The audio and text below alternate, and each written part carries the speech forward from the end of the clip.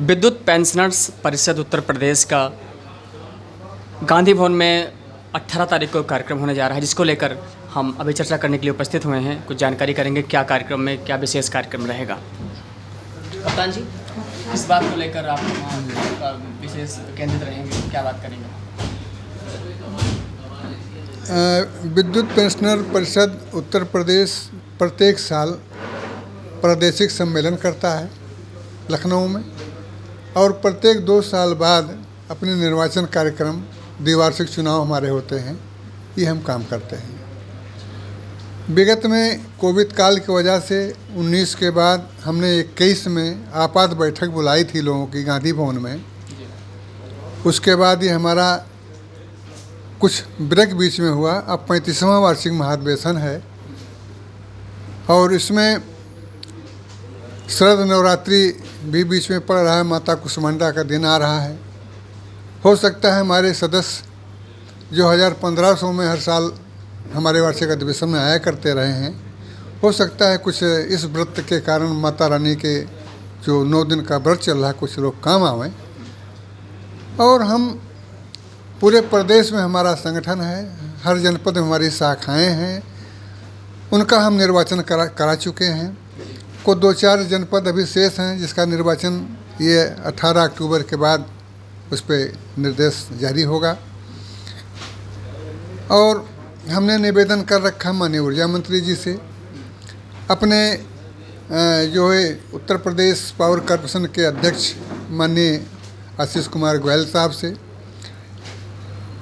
कि वो इस अवसर पर, क्योंकि ये संगठन नहीं है, विद्युत पेंशनर परिषद कोई संगठन नहीं है, ये एक परिसर है जिसमें चतुश्रेणी से लेकर के मुख्य अभियंता स्तर तक के रिटायर्ड लोग के विशिष्ट जनों का एक समूह है। और ये विद्युत पेंशनरों की समस्याओं के साथ ही साथ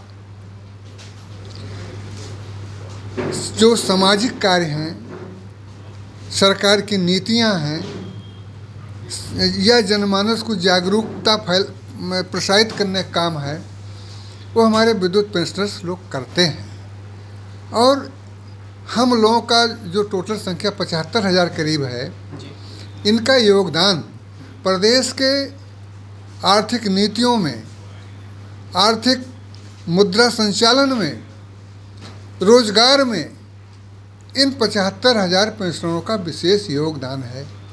क्योंकि लगभग 65 से 70% पेंशनरों का परिवार अपने रोजी रोटी के लिए अपने भारत के अन्य प्रदेशों में सेवा कर रहा है।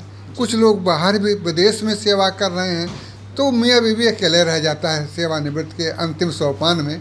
तो एक अपना सहायक रूप में रखना पड़ता है उसको 10-15 हज़ार रुपये महीना देना पड़ता है उसको, चाहे भोजन बनाने के लिए हो, चाहे गाड़ी चलाने के लिए हो।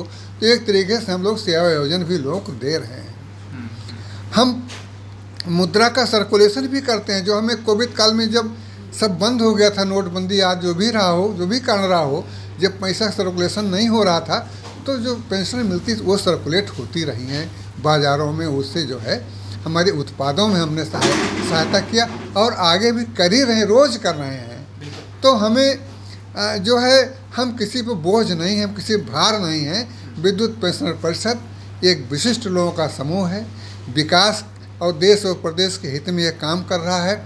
अपने पेंशनरों की समस्याओं को शासन प्रशासन प्रबंधन विद्युत प्रबंधन में उठा रहा है और लोग सुन भी रहे हैं।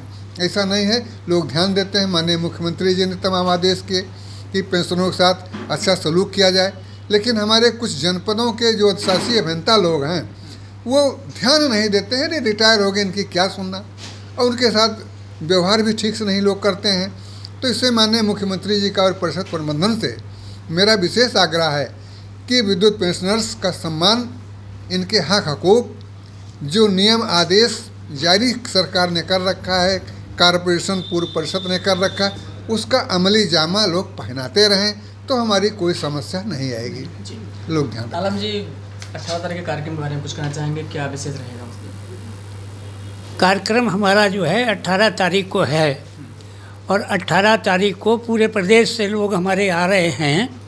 इसमें जो है हमारे कुछ समस्याएं हैं जो महासचिव जी ने अभी हमारे बताई हैं।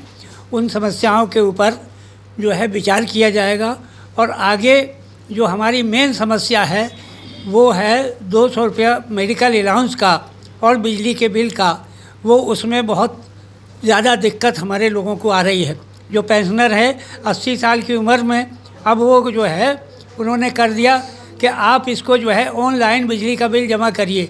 ऑनलाइन बिजली का बिल जमा करने के लिए आदमी जाएगा, पहले तो किसी के पास, दुकानदार के पास जा कर के, उसके बाद उसको दक्षिणा देगा, पैसा देगा और उसका कमीशन डिपार्टमेंट से भी उसे मिलेगा और हमसे भी वो लेगा। तो हम ये चाहते हैं कि हमारा जो बिजली का बिल है उसमें 200 रुपया मेडिकल अलाउंस घटा करके और काउंटर पर एक्जीक्यूटिव के यहाँ जो अधिशासी अभियंता हमको बिजली देता है उसी के यहाँ ही हमारा बिजली का बिल जमा हो जाए। धन्यवाद। सर आप क्या बोलेंगे? ये राज्य विद्युत परिषद का 35वां वार्षिक अधिवेशन होने जा रहा है। हम लोग वास्तव में राज्य विद्युत परिषद के पेंशनर हैं और हमें जब चूँकि हमारे पेंशनर्स की जिम्मेवारी सरकार ने ली है, हमारी विशेष तौर से मांग है रही है कि जब हमारी सारी पेंशन का भुगतान सरकार स्तर पर होता है तो हमारे बाकी डीआर के आदेश वो भी सरकार दस पर होते हैं, वो हमारे ऊपर सीधे लागू होने चाहिए। जो कि वर्तमान में पावर कॉरपोरेशन, जल विद्युत निगम, ट्रांसमिशन कॉरपोरेशन के द्वारा होते हैं, उसमें 2 से 3 महीने का समय लगता है और बेवक्त में बर्बाद होता है और उन लोगों को आदेश करना पड़ता है जिनको किसी पैसे से कोई भुगतान का मतलब नहीं है। इसलिए चूँकि हमारी